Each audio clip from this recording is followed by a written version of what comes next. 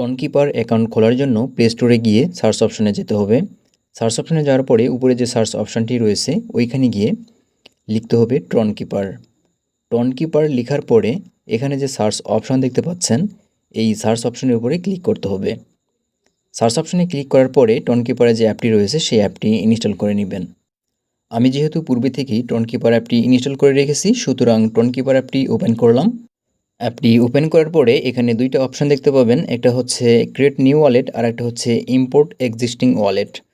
আমরা যেহেতু নতুন অ্যাকাউন্ট ক্রিয়েট করব, সুতরাং ক্রিয়েট নিউ ওয়ালেট নামে যে অপশানটা দেখতে পাচ্ছেন এই অপশানের উপরে ক্লিক করতে হবে।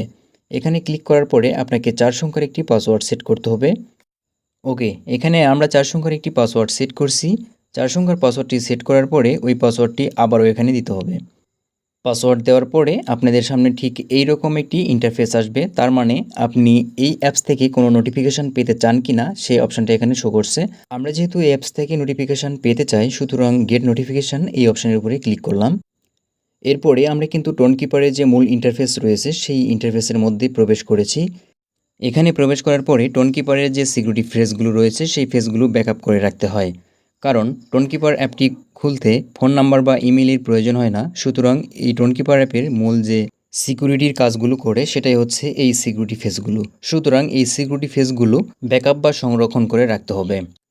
এই সিকিউরিটি ফ্রেজগুলি যদি ব্যাকআপ করে না রাখেন তাহলে এই অ্যাপটি যদি আপনার ফোন থেকে আনইনস্টল হয়ে যায় বা ডিলিট করেন তাহলে পরবর্তীতে কিন্তু আপনি এই অ্যাপে আর প্রবেশ করতে পারবেন না। সুতরাং আপনার এই সিকিউরিটি ফেজগুলো সংরক্ষণ করে রাখা উচিত। সিকিউরিটি ফেজগুলো কোনগুলো সেটা আমরা সামনে দেখব। এবার আমরা সিকিউরিটি ফ্রেজগুলো ব্যাকআপ করব। এর জন্য backup the wallet recovery phrase নামে যে অপশানটা দেখতে পাচ্ছেন এই অপশানের উপরে ক্লিক করুন।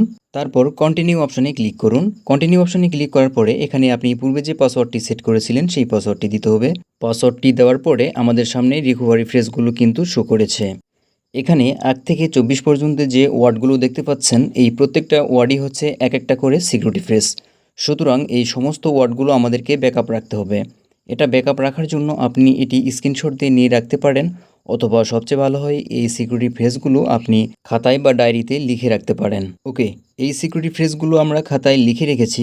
খাতায় লেখার পরে চেক ব্যাকআপ নামে যে অপশানটা রয়েছে এই অপশানের উপরে ক্লিক করলাম। এবার তারা আমার কাছ থেকে 3টা সিকিউরিটি ফ্রেজ জানতে চাচ্ছে, 17, 19 এবং 22। এই 3টা জায়গায় আমার কোন কোন ফ্রেজগুলো ছিল সেই ফ্রেজগুলো লিখে দিতে হবে। ওকে, আমার লিখে রাখা ফ্রেজগুলো দেখে 17 নম্বরে যে ফ্রেজটি ছিল সেটা লিখে দিচ্ছি। ঠিক একই নিয়মে 19 ও 22 নম্বরে যে ফ্রেজটি ছিল সেই ফ্রেজটি লিখে দিলাম। ফ্রেজটি লেখার পরে রান অপশানে ক্লিক করতে হবে। আমরা কিন্তু সফল ও সঠিক নিয়মে টনকিপার অ্যাকাউন্টটি খুলতে পেরেছি এবং সিকিউরিটি ফ্রেজগুলো ব্যাকআপ ও চেক করতে পেরেছি। আশা করছি ভিডিওটির মাধ্যমে আপনি উপকৃত হয়েছেন। ভিডিওটির মাধ্যমে আপনি সামান্যতম উপকৃত হলেও এই ভিডিওতে একটি লাইক দিয়ে চ্যানেলটি সাবস্ক্রাইব করবেন।